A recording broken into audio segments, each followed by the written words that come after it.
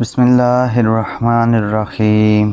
شروع کرتا ہوں اللہ تعالیٰ کے نام کے ساتھ جو بڑا مہربان نہایت رحم کرنے والا ہے۔ حضرت عمر رضی اللہ عنہ کہتے ہیں کہ میں نے رسول اللہ صلی اللہ علیہ وآلہ وسلم کو فرماتے ہوئے سنا، اگر تم اللہ پر ایسے ہی توکل یعنی بھروسہ کرو جیسے کہ اس پر توکل یعنی بھروسہ کرنے کا حق ہے، تو وہ تم کو ایسے رزق دے گا جیسے پرندوں کو دیتا ہے۔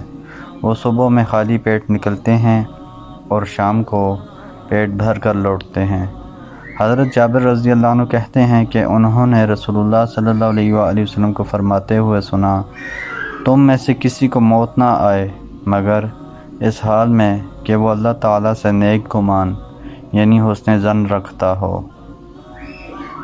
حضرت عبداللہ بن عمرو بن العاص رضی اللہ عنہ کہتے ہیں کہ رسول اللہ صلی اللہ علیہ وآلہ وسلم ہمارے پاس سے گزرے۔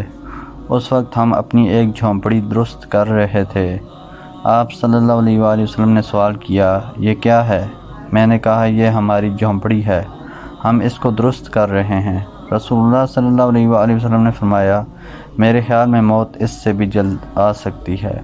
حضرت ابو ایوب رضی اللہ عنہ کہتے ہیں کہ ایک آدمی نبی اکرم صلی اللہ علیہ وآلہ وسلم کے پاس آ کر کہا، اللہ کے رسول صلی اللہ علیہ وآلہ وسلم، مجھے کچھ بتائیے اور مختصر نصیحت کیجیے۔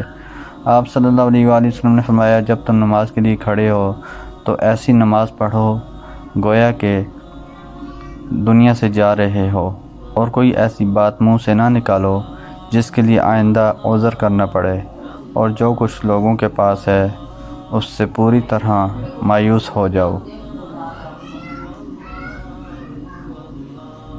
ابو ہریرہ رضی اللہ عنہ کہتے ہیں کہ رسول اللہ صلی اللہ علیہ وآلہ وسلم نے فرمایا، طاقتور مومن اللہ تعالیٰ کے نزدیک کمزور و ناتواں مومن سے زیادہ بہتر اور پسندیدہ ہے، اور ہر ایک میں بھلائی ہے۔ تم اس چیز کی حوص کرو جو تمہیں فائدہ پہنچائے اور عاجز نہ بنو۔ اگر مغلوب ہو جاؤ تو کہو، اللہ تعالیٰ کی تقدیر ہے، جو اس نے چاہا کیا، اور لفظ اگر مگر سے گریز کرو، کیونکہ اگر مگر شیطان کے کام کا دروازہ کھولتا ہے۔